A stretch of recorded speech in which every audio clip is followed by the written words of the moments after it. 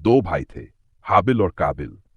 दोनों हजरत आदम के बेटे थे और इंसानी इतिहास के शुरुआती दौर में पैदा हुए थे, जब धरती पर इंसान बहुत कम थे और हर चीज एक नई शुरुआत की तरह थी। दोनों भाई अलग अलग स्वभाव के थे। हाबिल नरम दिल, आज्ञाकारी और अल्लाह के हुक्मों को मानने वाले थे, जबकि काबिल का स्वभाव कभी कभी सख्त हो जाता था। वह गुस्सैल और जल्दी बहक जाने वाला था। इसी फर्क ने आगे चलकर इंसानी इतिहास की पहली बड़ी आजमाइश और दर्दनाक घटना को जन्म दिया। धरती पर जीवन चल रहा था। खेती, पशुपालन और मेहनत से रोजी कमाने की शुरुआती बुनियादें रखी जा रही थीं। हाबिल बकरियों और जानवरों की देखभाल करते थे।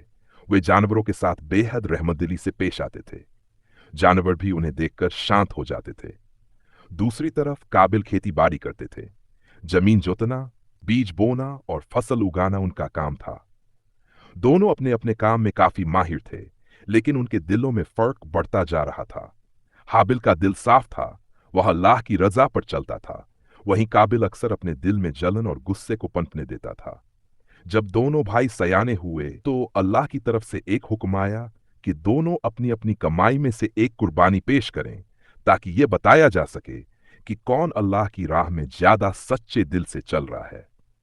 हाबिल ने अपने जानवरों में से सबसे अच्छी, स्वस्थ और प्यारी बकरी को, उसका दिल साफ था और नीयत बिल्कुल पाक। उसने कहा कि अल्लाह को सबसे अच्छा और सबसे प्यारा ही पेश करना चाहिए। दूसरी तरफ हबीब ने अपनी फसल में से वना चुना जो अच्छा नहीं था। उसकी नीयत में सच्चाई की कमी थी। उसने सोचा कि अच्छा माल अपने पास ही रखना चाहिए। दोनों ने कुर्बानी रखी। अल्लाह की तरफ से एक निशानी प्रकट हुई। हाबिल की कुर्बानी कबूल कर ली गई और काबिल की नहीं। यह देखने के बाद काबिल के दिल में जलन और गुस्सा भड़क उठा। उसने सोचा कि हाबिल उससे बेहतर कैसे हो सकता है। उसने ही मानना शुरू कर दिया और हाबिल की नेकी से नफरत करने लगा। हाबिल ने अपने भाई को समझाया कि अल्लाह उसी से कुर्बानी कबूल करता है, नहीं तो रखता है और नेक होता है। उसने शांत स्वर में कहा कि अल्लाह के सामने झुकने में ही खुशी है, इसलिए अपने दिल को साफ कर लेना चाहिए। लेकिन काबिल की आंखों पर गुस्से और अहंकार ने पर्दा डाल दिया था। एक दिन काबिल का गुस्सा हद से ज्यादा बढ़ गया। वह हाबिल को धमकाने लगा कि वह उसे नुकसान पहुंचाएगा। हाबिल ने कहा कि वह कभी भी अपने भाई पर हाथ नहीं उठाएगा, क्योंकि वह अल्लाह से डरता है।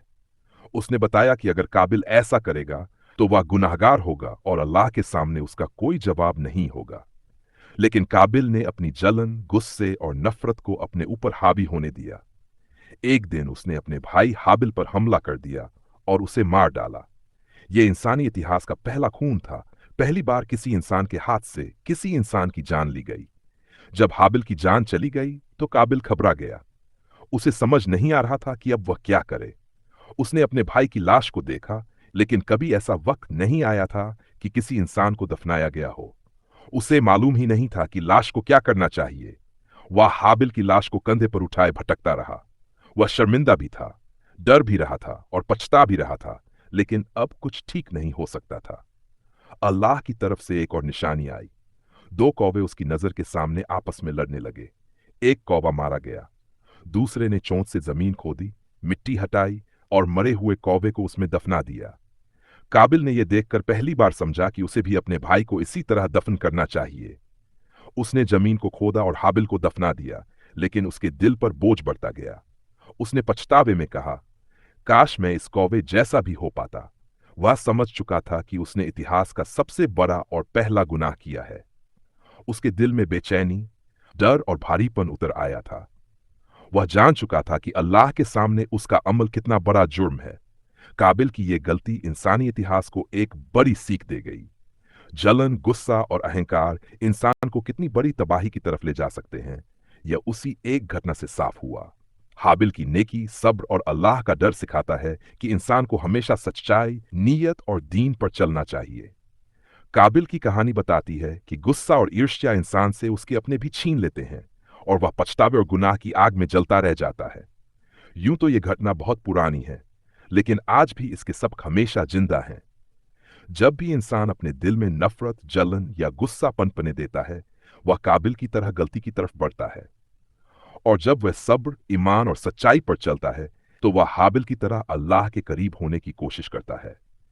इंसानी इतिहास की यह पहली दर्दनाक घटना आज भी इंसान के दिल और दिमाग को सोचने पर मजबूर कर देती है कि आखिर सच्चा रास्ता कौन सा है और इंसान को किस राह पर चलना चाहिए।